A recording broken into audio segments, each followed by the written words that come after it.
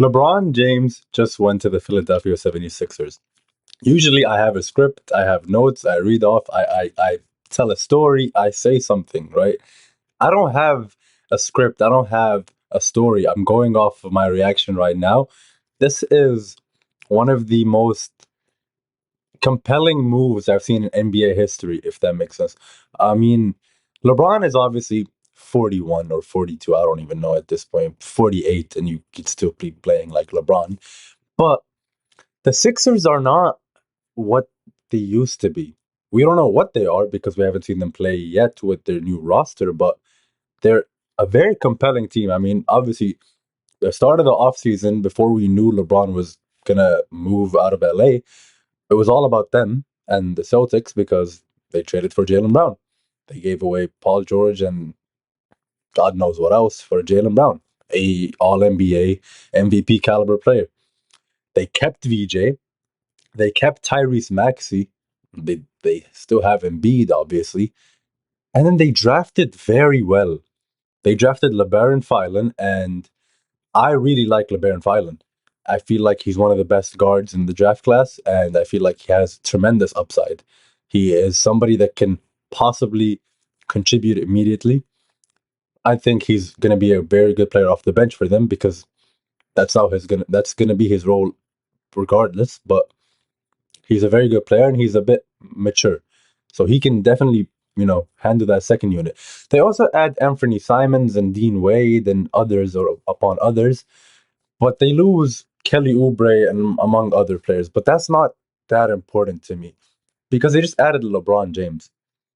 Now, obviously, we're not talking about 32-year-old, the 31-year-old, or whatever version of LeBron James that, you know, you're thinking of in your head or thinking about a 40 something year old LeBron, 42-year-old LeBron, but it's still LeBron. And last season, he was still LeBron in some spurts. They played well in the playoffs, in my opinion. He played very well against the Rockets. Um, and LeBron's best season, in my opinion, LeBron's best season in the last 6 years, since the start of the 2020s, came playing point guard. And it came when they won the championship in the bubble. But he led the league in assists. He averaged 10 assists and he played point guard doing that, and they won the championship. Now, obviously, I'm not saying this is going to be the same as 2020 where he's going to be that type of player, but when he kind of takes that role of, I now have a good team around me. I don't need to be the one doing all the scoring. I can be what I'm best at, which is facilitating, which is what LeBron is undoubtedly probably the greatest player of all time at, you know, creating opportunities for teammates. I feel like that's when he's, at his best in terms of I can win a championship. Because now looking at the Lakers team, the team that won that year, they had great rotational wings, they had great rotational centers. Anthony Davis was playing like a MVP caliber player. So they had a good team, right? And but it was built around LeBron, or it meshed around LeBron. I don't know if this Sixers team is going to be like that because Maxi is ball dominant and he's a point guard. So is Embiid, but Embiid, you know, Kevin Garnett said it best. As soon as you throw it down the dark hole, it's not coming back. Embiid gets the ball, it's going up. It's definitely not coming back, right? He gets it in the post, that's an automatic shot. Jalen Brown, sort of the same thing. Not very well known for, passing the ball and getting his teammates involved. He's kind of like, get the ball, go do something. You know what I mean?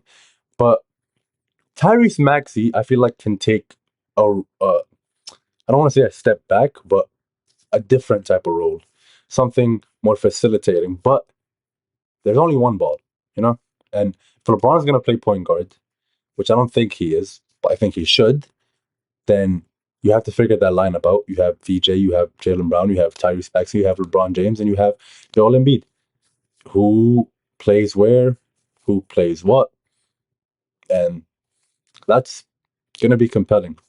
You could you could play LeBron at point, play Maxi at the two, Jalen Brown at the three, have Dominic Barlow, or yeah, I'd say Dominic Barlow play the four, and then have Embiid at the five, and have VJ come off the bench.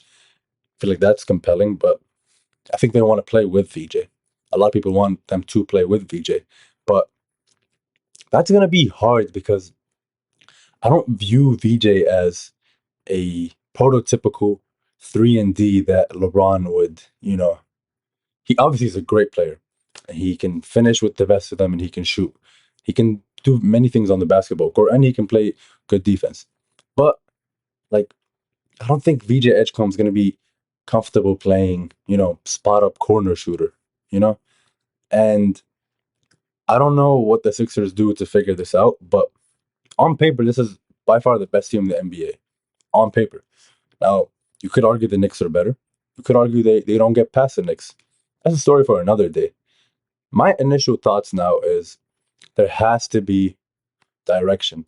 We're either playing going forward, we're having LeBron with the ball, and everybody else knows that LeBron's going to get them the ball, trusting LeBron to be the point guard and the end product and everything. He's going to get the ball where it has to go, right? You have to trust LeBron. Or you play him as a four or whatever, and you kind of just like have LeBron James out there for the sake of having LeBron James out there. It's compelling.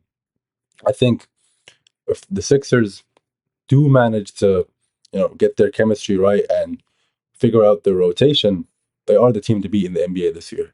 Now, on the other side, completely unrelated to the last kind of note I have, but I'm a Warriors fan, long time Warriors fan, probably 10, 12 years now at this point. And I've seen championships. I've seen ups and downs. I've seen draft lotteries and championship parades, right? But I wanted LeBron to come to the Golden State Warriors, but I mean, it wouldn't have been as scary as this Sixers team, definitely. But I feel like for a farewell tour going out with Steph, like if that's both their last couple of years, be pretty fun. But the Warriors team right now is in shambles. I feel like I have to make a video on that, sort of explain that. But yeah, I'm very compelled to see what happens with this Sixers team, and we're in for a great season. We're in for a great East. For once, I think the East is more compelling than the West because now you have the Sixers, you have the Pistons, you have the Knicks who just won the championship, you have the Cavs who are a perennial second round exit, but that's fine. Like you have good teams, and it's gonna be it's gonna be something because also on the West you have good teams. You have OKC, you have the Spurs, and we're gonna see. We're gonna see. I'm excited to see what happens, and I hope we get a good season.